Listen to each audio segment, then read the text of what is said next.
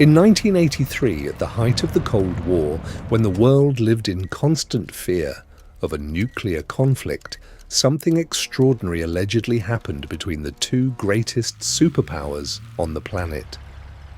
According to this story, the United States and the Soviet Union secretly reached an agreement whose existence was unknown to both ordinary citizens and most government officials. Under conditions of extreme secrecy, they launched a joint experimental project far beyond Earth. Its purpose was to establish the first international base on the Moon. Officially, such a project never existed.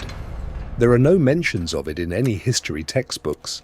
There were no press conferences, television broadcasts, or official announcements.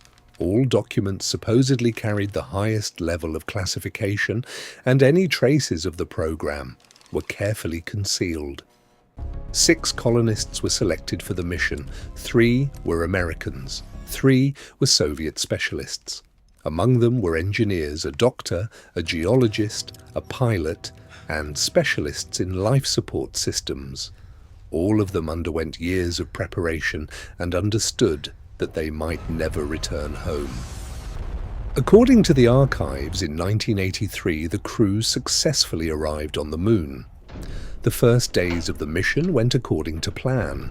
The colonists conducted scientific research, tested new technologies for survival in space, and studied the possibility of long-term human presence beyond Earth. They transmitted reports back to Earth, informed Mission Control about the condition of the equipment, and prepared for the next stages of the program. Communication remained stable. The systems functioned properly. It seemed that humanity stood on the threshold of a new space era. But only 3 days after the mission began, something unexplained happened. Data transmissions began to fail. Strange technical malfunctions appeared in the reports. The signals grew weaker. Crew members increasingly reported problems with the equipment. Some records allegedly contained fragments of disturbing conversations and unexplained references to events that should never have occurred. Then, communication suddenly stopped. Completely. All attempts to restore contact proved unsuccessful. A hidden panic began on Earth. No one could understand what had happened to the 6 people on the surface of the Moon. Days passed. And just as hope was beginning to fade, something extraordinary happened 2 weeks after the crew disappeared. A signal came from the Moon once again. It was weak, unstable, distorted by interference, but undeniably real. After numerous checks, it became clear that the source of the signal was the lunar base itself. After cleaning up the recordings, specialists heard a human voice. One of the crew members was alive. He identified himself as a member of the expedition. He asked for a response. He transmitted fragments of messages about an accident and tried to re-establish contact with Earth. What had actually happened at the base was never fully understood. The fate of the other 5 crew members remained unknown, but the most terrifying part was something else. People on Earth quickly realized that rescuing the survivor was practically impossible.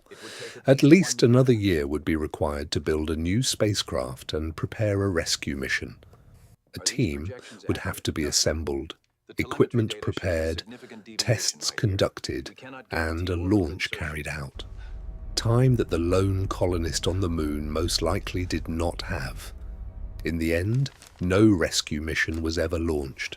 Officially, the program never existed, and therefore, no one could explain to the public why one person had been left to die far from Earth. The story was classified, the documents were hidden away in archives, and the program itself was gradually forgotten. The world continued to move on. Time passed. The Cold War came to an end. The Soviet Union collapsed. People embraced the internet, launched new spacecraft, and built international stations in Earth's orbit. The story of the mysterious moon base remained hidden in archives, occasionally discussed by supporters of conspiracy theories. It seemed that the truth had been buried forever among forgotten files. Without help, without evacuation, without any chance of returning home, how could such a thing be possible? What happened to the rest of the crew? Why was the program never officially acknowledged? And what did the person who remained alone on the surface of the moon experience, knowing that help would never come?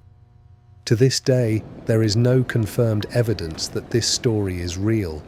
No official documents, no admissions from governments, only fragments of a strange signal, mysterious testimonies, and questions that no one can answer. But sometimes, what frightens us most is not what we know. It is what might turn out to be true. And if one day a human voice is heard again from the moon, humanity may be forced to reconsider everything it once believed to be impossible.